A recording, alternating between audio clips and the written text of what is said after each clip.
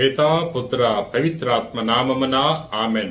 ప్రియ సహోదరి సహోదరులారా, నేటి సువిశేషము లూకాసు వార్త 19వ అధ్యాయము 45వ వచనం నుండి 48వ వచనం వరకు.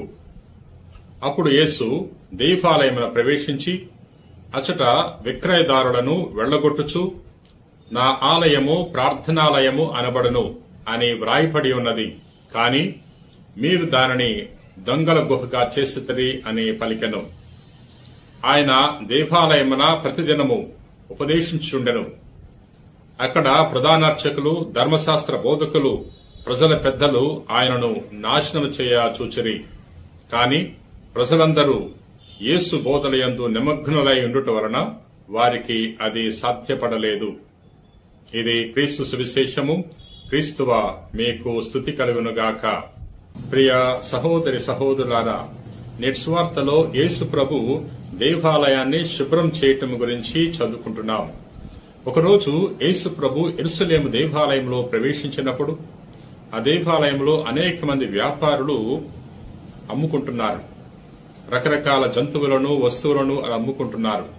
అది చూసిన ప్రభువు ఆగ్రహించాడు. ఎందుకంటే దేవాలయంలో వ్యాపారం జరగకూడదు, దేవాలయంలో ఆరాధన జరగాలి, దేవాలయములో దేవుని ఆరాధించాలి.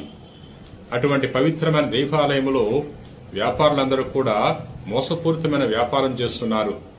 అందుకనే ప్రభువు కోపపడి వారందరినీ కూడా బయటికి పంపించి వేస్తున్నాడు. ప్రియ మిత్రులారా, అంతేకాకుండా ప్రభు వారికి తెలియజేస్తున్నాడు, నా ఆలయము ప్రార్థనాలయము అని వ్రాయబడి ఉన్నది, మీరు చదవలేదా? అటువంటి ప్రార్థనాలయాన్ని మీరు దొంగల గుహగా మార్చివేశారు అని ప్రభు వారికి తన ఆగ్రహాన్ని వెలుపుచుతున్నాడు. ప్రియ సహోదరి సహోదరులారా, దేవాలయము పవిత్రమైనది.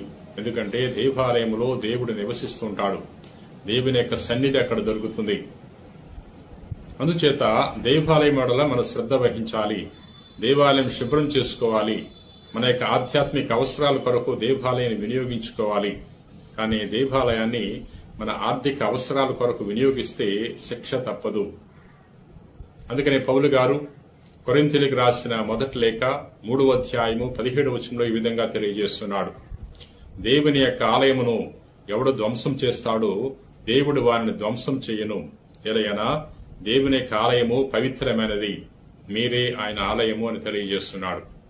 దేవాలయాన్ని ధ్వంసం చేయాలని ప్రయత్నం చేసేవారు శిక్షను అనుభవిస్తారు.